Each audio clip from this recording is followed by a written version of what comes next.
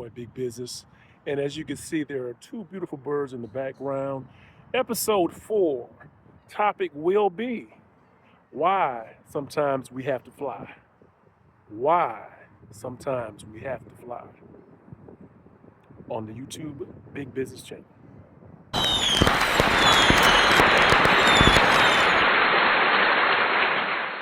All right, this is your boy Big Business again. We're back. We're back. Episode 4. Episode 4. Okay, episode 4. Why fly? Why fly? Even got my feather duster here. Almost look like feathers because we got some cleaning up to do. We got to clean up our thoughts, clean up our habits because sometimes you have to clean out that negative stuff in order to fly right. Okay, it's necessary to clarify to fly. This is going to be a little bit different. I'm going to try to not bore you too much, but honestly, a lot of studying and meditation and studying is necessary to do these types of things. I don't throw them together in 15 minutes. It takes a few hours. And a lot of it has to do with preparation. Now, flying. Humans, how y'all do it? Humans have always had an obsession with flying, but until the Wright brothers, we were not able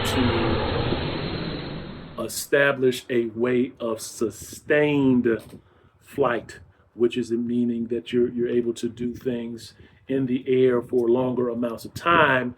But it took years of investigation and studying and overcoming the laws of physics. When you start talking about drag, when you start talking about resistance, when you start talking about gravity, when you start talking about lift, all of these things had to be mastered in order to sustain elevation. So this episode is why fly, because even though humans don't have wings, we still learned how to fly. We learned how to fly because we studied nature. We study nature. A lot of people don't appreciate nature, but there's a lot of life lessons that are in nature that we need to take notice and not just exist without being curious. So I'm going to jump right in. Why fly? We need to learn how to fly, but we first must go to nature. But we have natural enemies of elevation. Everybody say it. Natural enemies of elevation. We want to blame this person. We want to say it was our childhood. We want to say it was our parents. We want to say it's the work environment. We want to say it's our mean boss. We want to say it's that person who was hating on us. All of these things are enemies of elevation. Everybody say enemies of elevation. Now, how do you deal with these enemies of elevation? So we're going to start with the E. We're going to break this thing down. We're going to start with the E. The first E stands for environment. Environment. So environment is where you live, where you work, your thought life, all of that. But many of us have a lack of curiosity because we get caught in our own thought process. If we look in nature, there's a lot of these lessons that are in nature that we need to learn. One lesson that we need to learn is the lesson of the butterfly. The butterfly, if it doesn't get strong enough wings to break out of that cocoon, it'll die. It will die before it flies. Die before fly. So it's a necessary stage for that butterfly to get strong enough to break free of those strongholds so the wings can throw the chicken wings out there so the chicken wing can come out and we can fly. That's a butterfly. That's beautiful. Another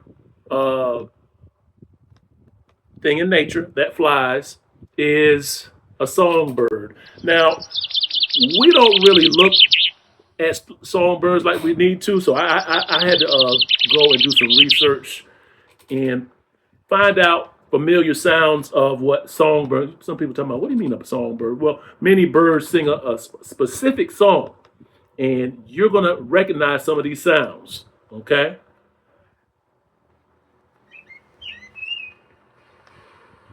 Now that's an American robin. That's an American robin.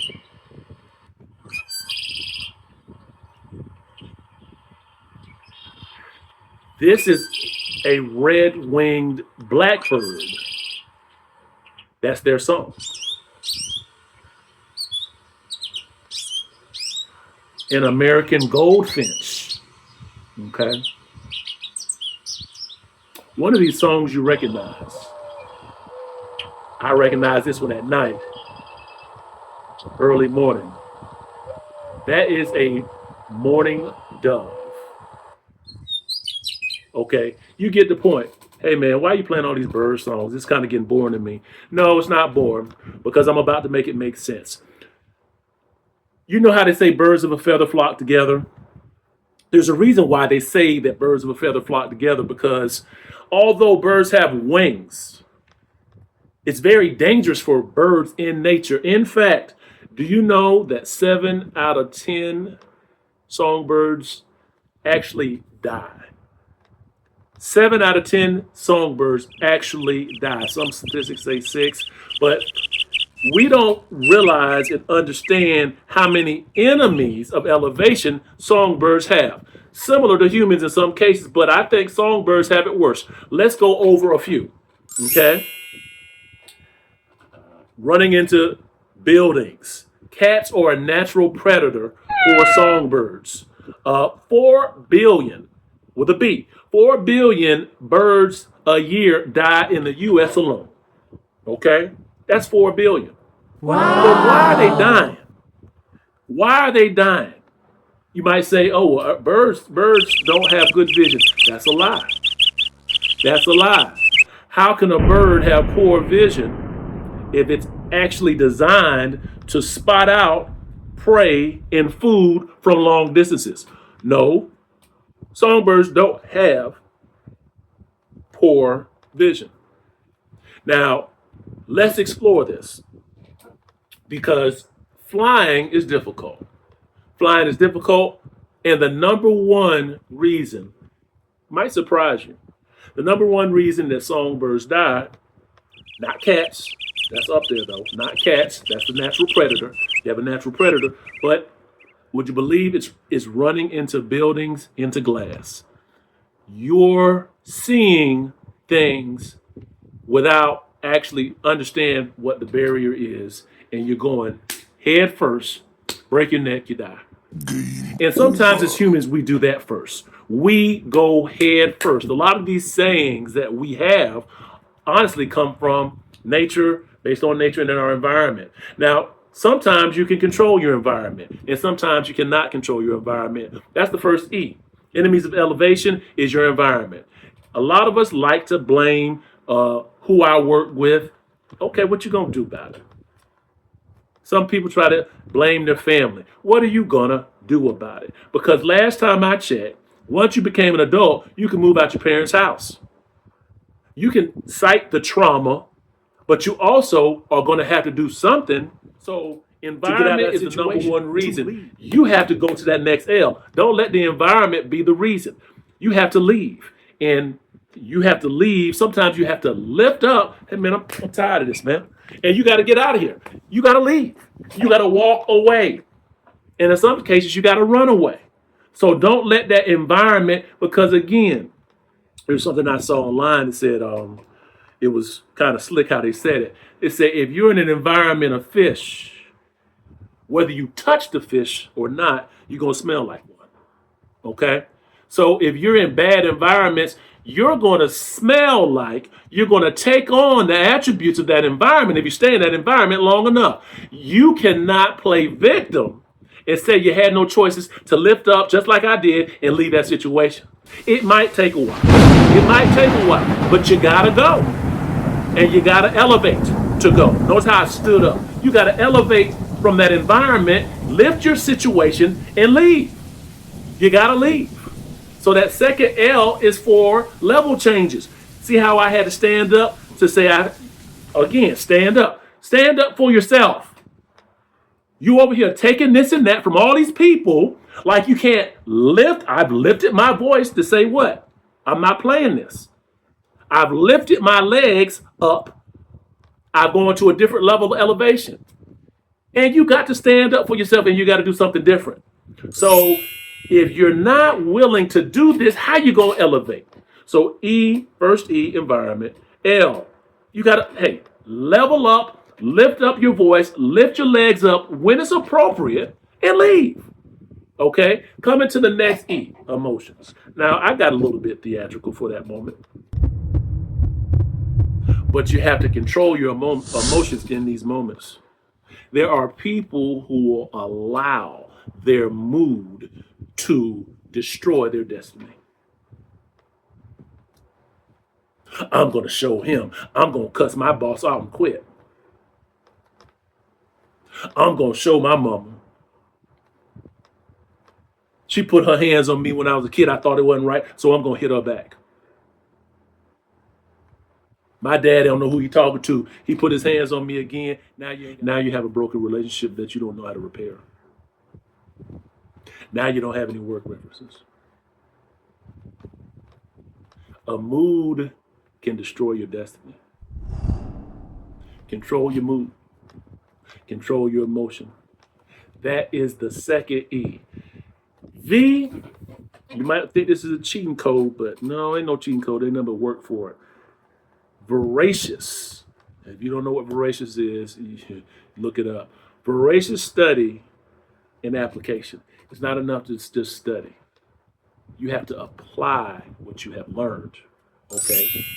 And once you get this, oh, I'm doing good. No, forget all of that. You have to have an insatiable appetite for knowledge and to apply the knowledge that you have learned. Because if it stays stale too long, it's going to become dormant. It's not going to become something that is actually integrated into your daily decision making processes. You have to make a decision to apply what you're learning about. Okay? That's the V. A, accountability. Ooh, we're going to go back to this one. Accountability and avoidance. We want to blame everybody else for the situation we're in. We want to avoid the situation. We want to avoid it with drugs. We want to skip steps. Oh, I got up and I left. Oh yeah, I did the L, but it didn't work. Did you do all the steps? Did you do the steps in order? Did you do it with consistency? Because if you do it with consistency, sometimes you can move around a little different and apply in a different order, and then you can be successful. But we want to skip steps. No, I don't want to study, but I want to leave. I don't want to suffer. I just want to apply what I've learned immediately. Okay? It doesn't work. You have to go through the steps, and going through the steps is a sacrifice. So again, accountability and avoidance. The avoidance thing, people get caught in that a long time. Drugs, alcohol, pregnancy, poor decision making, lacking endurance, playing the blame game. You have to be accountable.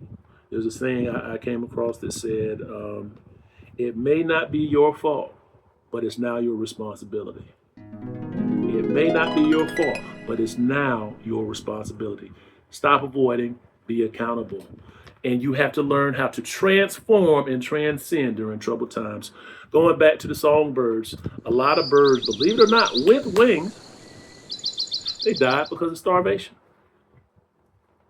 Winter months, we have different seasons of life. Winter months, I don't have enough food. I'm too tired. I don't want to fly. Do you know how many birds would kill to live long enough?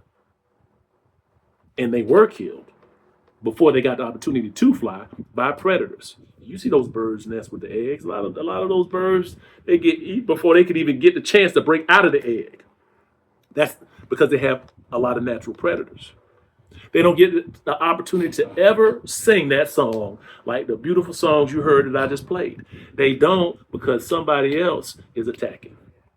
Some of us have come out of the egg, out here living, and we let other people steal our song, and we have to choose a different choice with that. When people are able to steal your joy, they steal your song. I'm going to have them paralyzed with fear, afraid to talk, afraid to sing their song so they know what kind of bird I am. Let me just sing the company song. Maybe that'll keep me safe. There's no such thing as safety when you're trying to fly. There's no such thing as safety. You see it in nature. 7 out of 10 birds die trying to fly because of these enemies of elevation. But again, the number one was crashing into a window. This is what we talk about calling that glass ceiling. You can see what's going on, but you can't get in. What you gonna do? Why you gotta stay in that building? Who told you you gotta stay in that building? Why you keep crashing into the same building? The people have shown you and told you one thing, but they showing you another. It looks good on the other side, but I can't get in. Is that the only building? Is that the only ceiling? Can you leave? Can you do it without being emotional? Can you be a voracious study and applier? If you're trying to elevate, maybe you're concentrating on the wrong thing. And the last thing, what it takes is endurance. It takes endurance in the face of temptation and distraction.